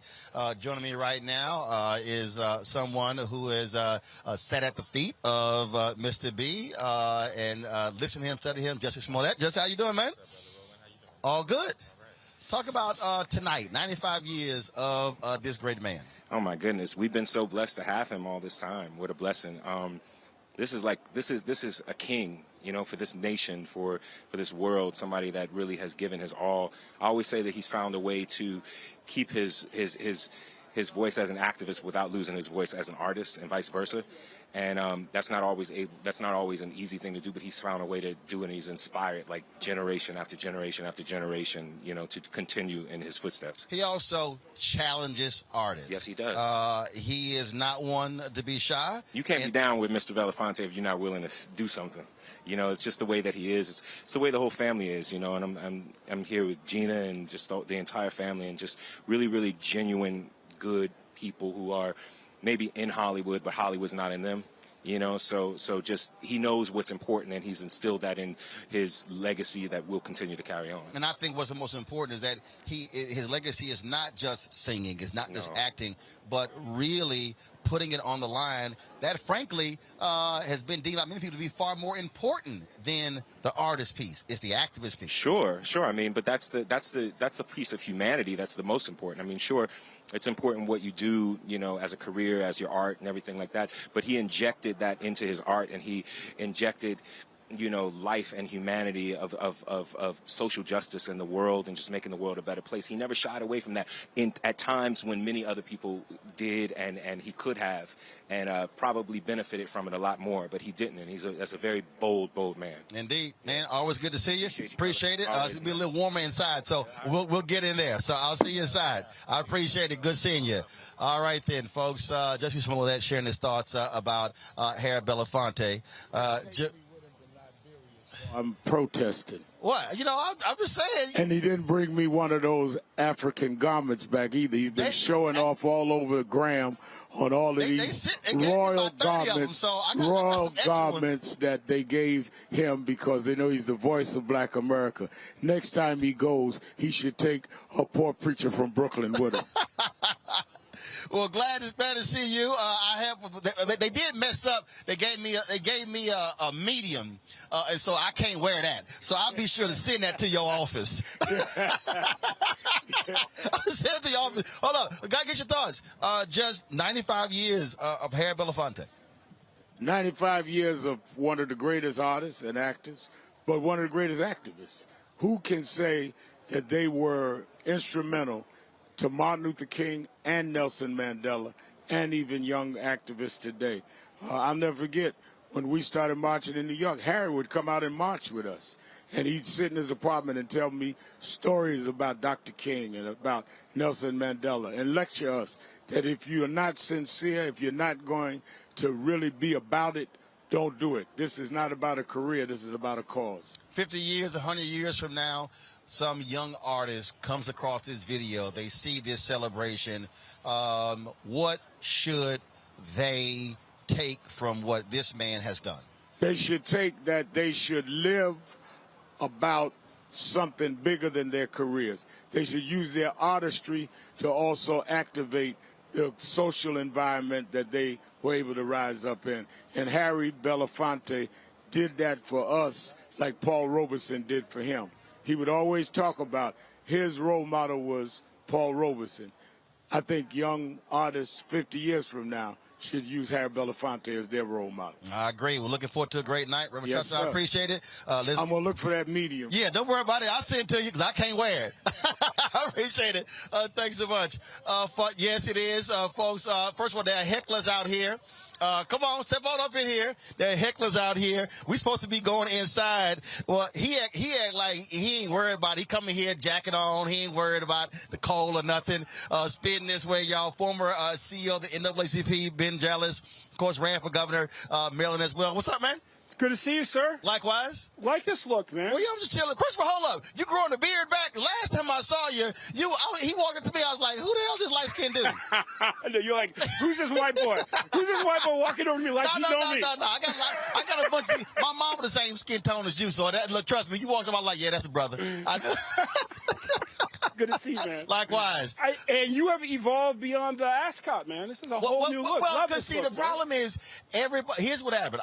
People kept expecting the ascot. Yes. And see, I can't have them expecting. And you had some unexpected about ascots. You had some serious ascots. Yeah, and so it was like, yo, dude, we're the ascot. So I had to like retire it. Yeah. So I'm gonna bring it back out. Okay, good. But I had to hit because now they don't know how I'm gonna come. Yeah. Because it's like since I lost my digital show, they're like, dude, you wear T-shirts on the show because you never know what.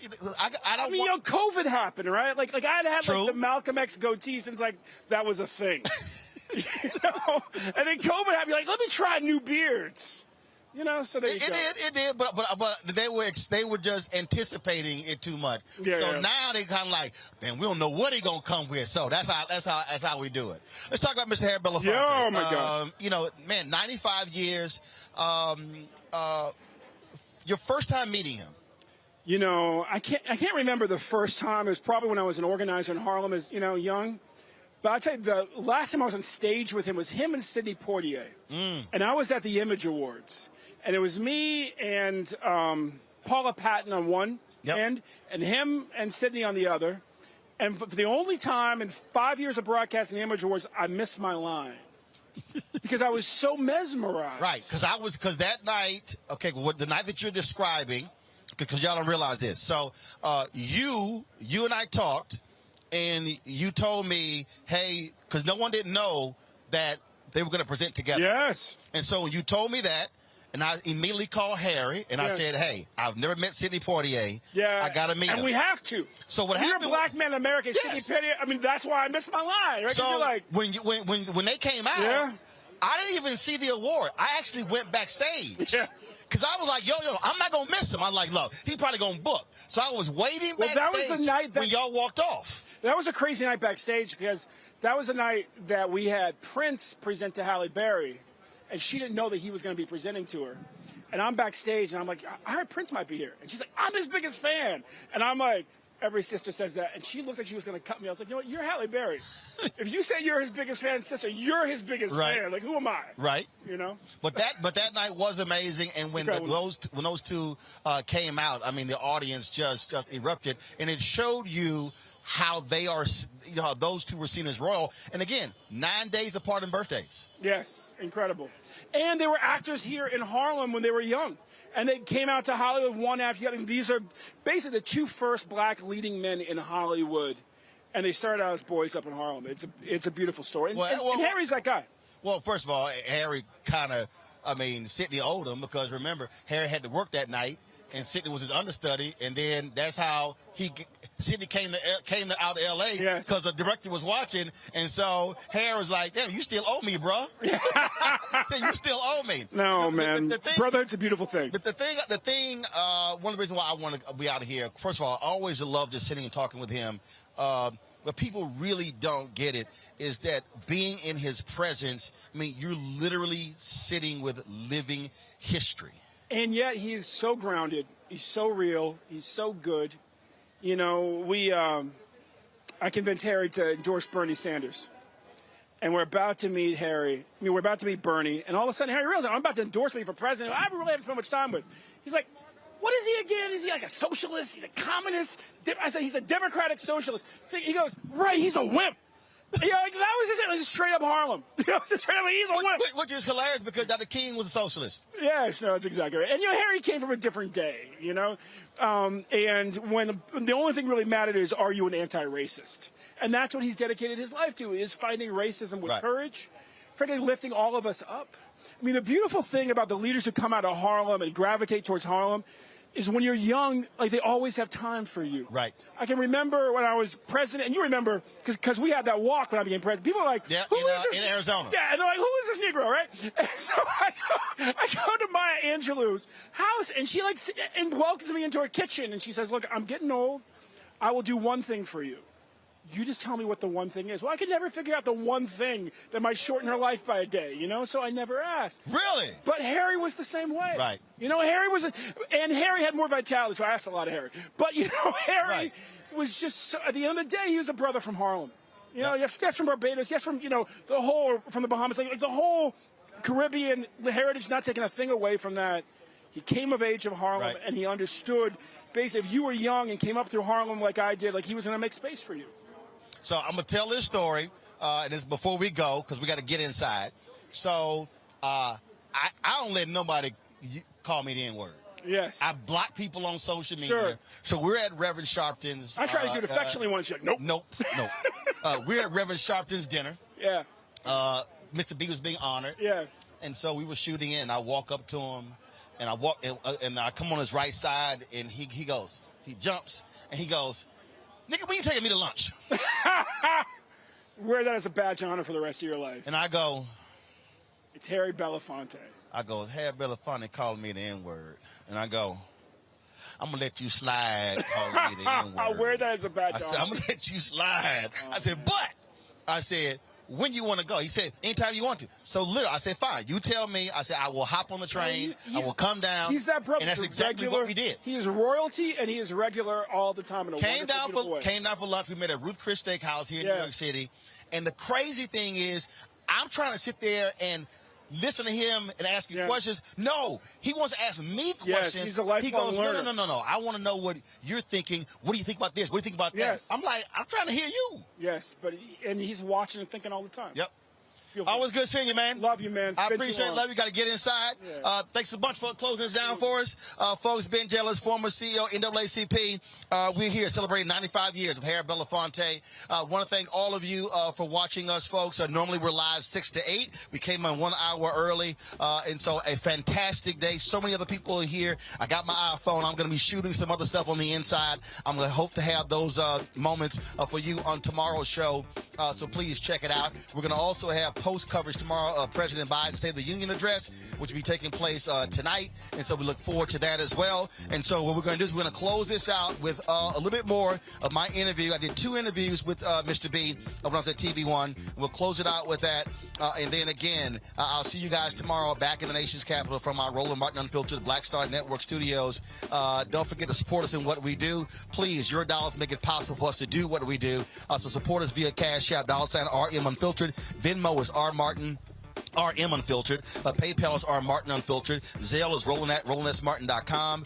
You can also hit us up at P.O. Box 57196, Washington, D.C. 20037. And don't forget to download the Black Star Network app on all the available platforms as well. And so, folks, that is it for us here in New York City. We'll close this out with a little bit more of my conversation with the great Harry Belafonte. Y'all know how we do it. Holla! The slave has always been to the best interests of the slave owner. And I think that when a black voice is raised in protest to oppression, those who are comfortable with our oppression are the first to criticize us for daring to speak out against it. I think that it's a noble thing that he's done.